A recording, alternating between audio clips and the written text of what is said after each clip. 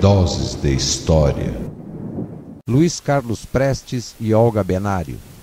Nos seus primeiros anos, o PCB foi envolvido por inúmeras crises e não definiu a sua linha política. Mesmo assim, a atividade clandestina deu-lhe relativo sucesso na infiltração e recrutamento nas Forças Armadas. Entre 1924 e 1927, Luiz Carlos Prestes percorreu o Brasil na chamada Coluna Prestes, ou a Grande Marcha. Essa marcha, comandada na realidade por Miguel Costa, pregava a luta armada contra a política viciada da época, objetivando a deposição do presidente Arthur Bernardes. A repercussão do movimento fez de Prestes um dos mais respeitados líderes entre os tenentes. Nessa época, ele era militar, um revolucionário em busca de uma ideologia. O idealismo do movimento tenentista, ao longo do tempo, foi manipulado. Com isso, o PCB conseguiu a simpatia de militares como Maurício Grabois, Jefferson Cardim e Luiz Carlos Prestes. Muitos desses voltariam a ter atuação destacada nos períodos anterior e posterior à Contra-Revolução de 1964. No início de 1930, o prestígio do então capitão Luiz Carlos Prestes, exilado na Argentina, ainda era grande, e em maio desse ano começou a abraçar a ideia de uma revolução agrária e anti-imperialista e rompeu com seus companheiros de coluna. Angariou simpatia no meio comunista exatamente pela sua participação no movimento militar que marchou pelo interior do país nos tempos do movimento tenentista. Encontrou então uma ideologia para o seu espírito revolucionário. E em maio de 1931 declarou-se publicamente comunista e em novembro do mesmo ano desembarcou na União Soviética a fim de aprimorar o seu doutrinamento político.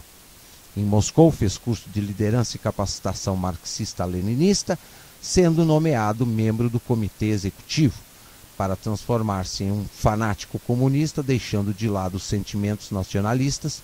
Prestes recebeu do comitê a incumbência de chefiar a ação armada no Brasil. O plano deveria ser executado de forma rápida e eficaz, não dando tempo necessário ao governo para reagir.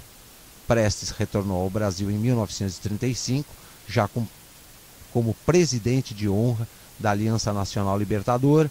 Veio por Nova York com o nome de Antônio Vilar e trazia de fachada como esposa Maria Bergner Vilar, na verdade, Olga Benário. Esta, de família judia, Olga nasceu na Alemanha, na cidade de Munique.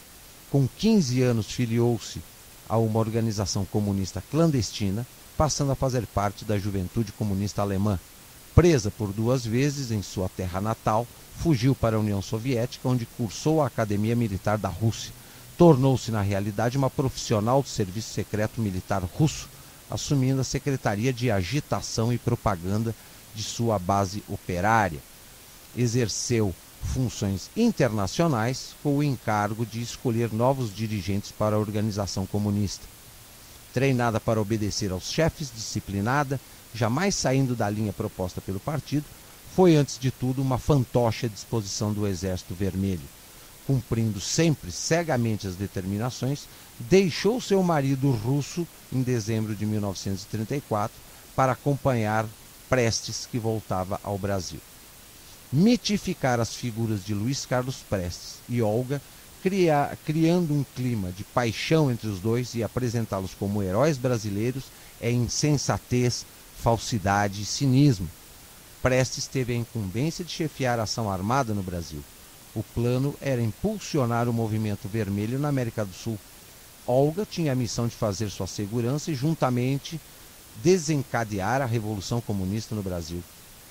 Infelizmente, Prestes foi preso, Olga foi deportada para sua terra natal, onde tinha condenações, e veio a morrer no cativeiro durante a Segunda Guerra Mundial.